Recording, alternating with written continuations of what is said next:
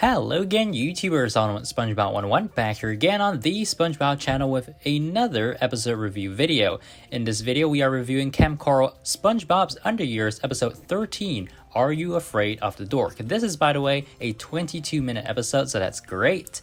So let's take a look at the synopsis. The counselors tell scary stories around the campfire, but things get truly spooky when a real ghost appears. Clearly a Halloween-themed episode, and again, like Ho Ho Horror, I wouldn't be surprised if this episode is aired on Nickelodeon for Halloween. So yeah, anyways, let's get into the episode. Okay, so are you afraid of the dork? That's a question. Personally, I'm not.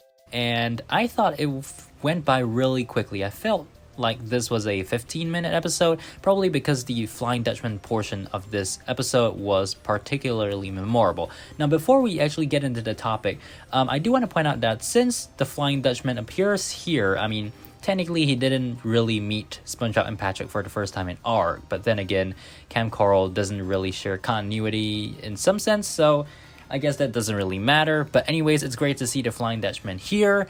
And now let's talk about the story or the plot. So the plot basically goes around the telling of scary stories around the campfire. This is when the Flying Dutchman's ship emerges out of Lake Yucky Muck because the Flying Dutchman wants to listen in and be entertained by the scariest of stories that the camp counselors will be telling. However, these stories aren't exactly very scary. The first to tell a story is Bubble Bass. So Bubble Bass talks about one dark and stormy night. He's alone in his cabin and he decides to play a solo game of Lizards, Wizards, and Gizzards. Yeah, so it's basically a board game, but the catch of this entire story is that he keeps rolling one, and the first spot right after the starting zone and the step right after the starting point, it requires the player to go back one space. So because Bubble Bass keeps rolling a 1, he has to keep going back to the start again. So that's basically his story. I thought this was really lame. And I found it quite funny when SpongeBob and Patrick interjected this story by saying, oh, this is when the lights go out and something's banging on the door. You know, giving it more action. And even the Flying Dutchman realizes that because, well, I mean, he's he's a pretty scary dude, so he probably knows what he's talking about. So in between stories, Patrick tells SpongeBob that he feels scared, and so SpongeBob kindly provides Patrick with his own teddy bear. However, Patrick promptly proceeds to bite off the head of SpongeBob's teddy bear, so that's really terrible. But okay, let's get into Mrs. Upturn's story. She feels hungry at night, the butler doesn't come, so she makes her way to the kitchen. And she says that she has never gone into the kitchen before, which is pretty privileged if you ask me. So this is when Patrick just interjects and offers the half-eaten teddy bear to Mrs. Upturn, or Lady Upturn, and then SpongeBob interjects even further by adding fog, using a fog machine. I thought this was really hilarious. The interjections are probably the funniest parts of the first part of this episode. So, well, anyways, SpongeBob and Patrick are kicked out of the story, and now it is time for Lady Upturn to decide what to eat. So she doesn't know how to make toast, and she keeps getting surrounded by forks and knives, and yeah. So that's pretty scary, apparently. The Flying Dutchman is particularly excited when Lady Upturn talks about all the utensils in a very scary way. And also, I like this part where he's cooking.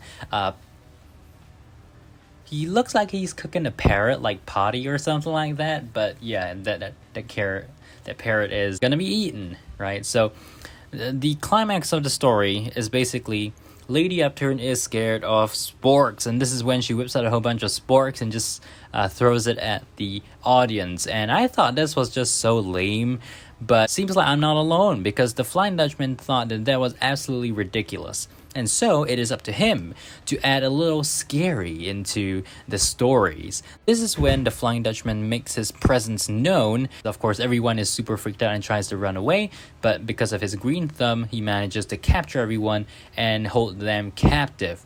So yeah, basically they're a captive audience, and now the Flying Dutchman is going to start telling his stories, the first one of which is about Larry the Lobster. So he basically creates like a screen out of the green fire now, and this Larry sucked into that cloud where he promptly becomes the protagonists of the story that the Flying Dutchman is telling. So Larry's story is basically how it's presumably his birthday, so he receives this huge exercise set, and after exercising, he gets super bulky and ripped. However, his shell cannot take his new muscles, and he promptly molts his shell, unfortunately. So he gets into a tub of butter. Why would you do that? But he only realizes once he gets into it. First of all, don't get into any tub, things that don't look like water. I mean, isn't that like common sense? The Flying Dutchman doesn't want to eat Larry. He wants to eat Larry's shell, and this promptly results in Larry screaming in horror and becoming a demerit badge on the Flying Dutchman's sash. So of course his fellow jockeys are super freaked out about this, and they are released, but they run away screaming in terror. Okay, so that is the first story.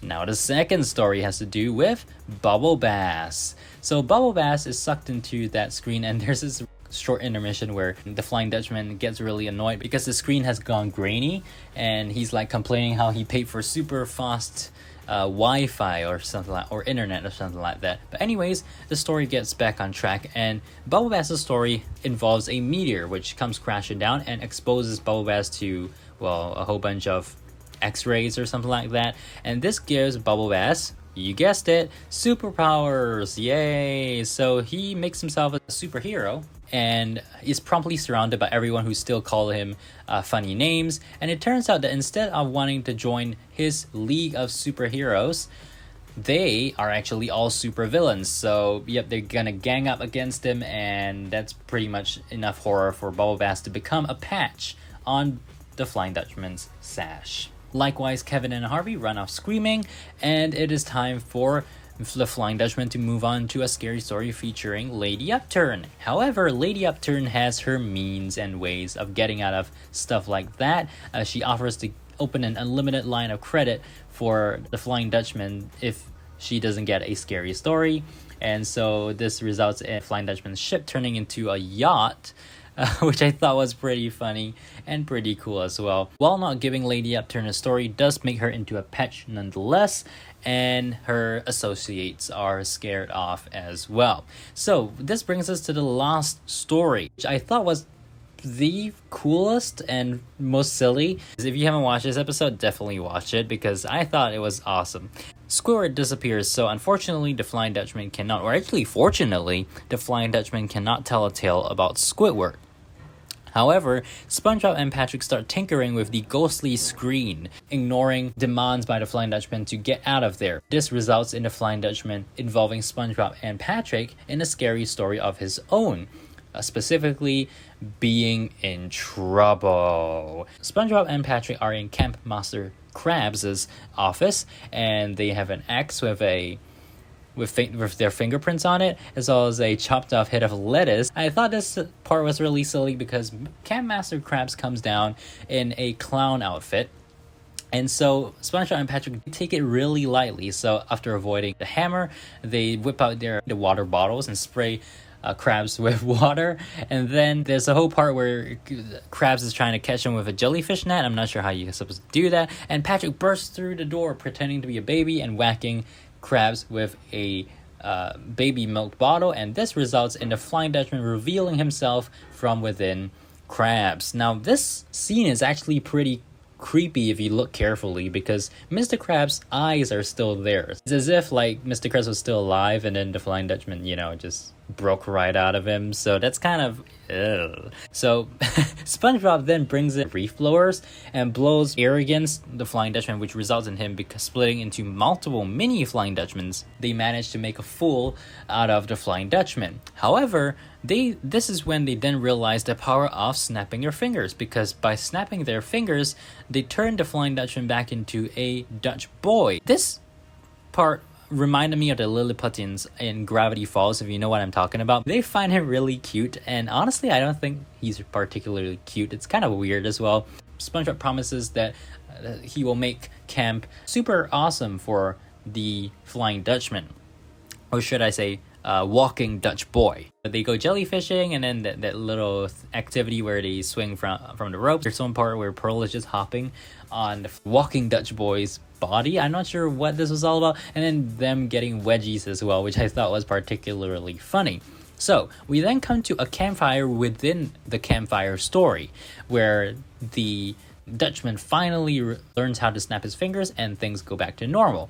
However, they are actually still within the story, the ghostly television set. And so SpongeBob and Patrick get out of there because it's time for bed and they walk off. However, they then realize that, we shouldn't leave a fire unattended. So you know what SpongeBob does?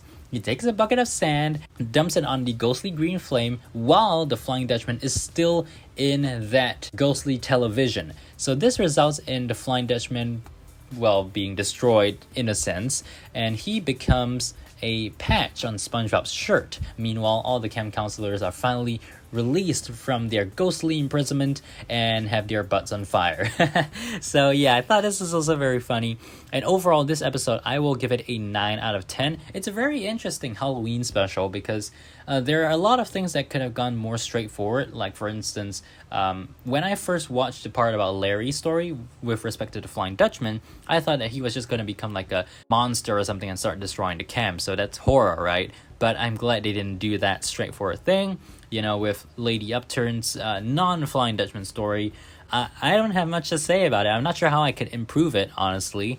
So yeah, those stories generally are pretty cool. I really liked how SpongeBob and Patrick were so innocent, just completely destroying the Flying Dutchman. That is basically the episode.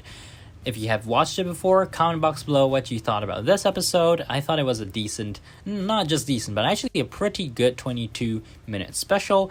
And I'm glad we saw the Flying Dutchman again. So that is all for this episode review video. Thank you guys so much for watching. Make sure to subscribe, like, favorite, comment, etc. Keep right here on SpongeBob 101. We are done with the second batch of 7 new Kamp Koral episodes. Till we have more Kamp Koral episodes, I will just focus on the Patrick Star Show and possibly restart episode reviews for the main series. So if you guys are interested in that, make sure to leave a comment in box below and let me know.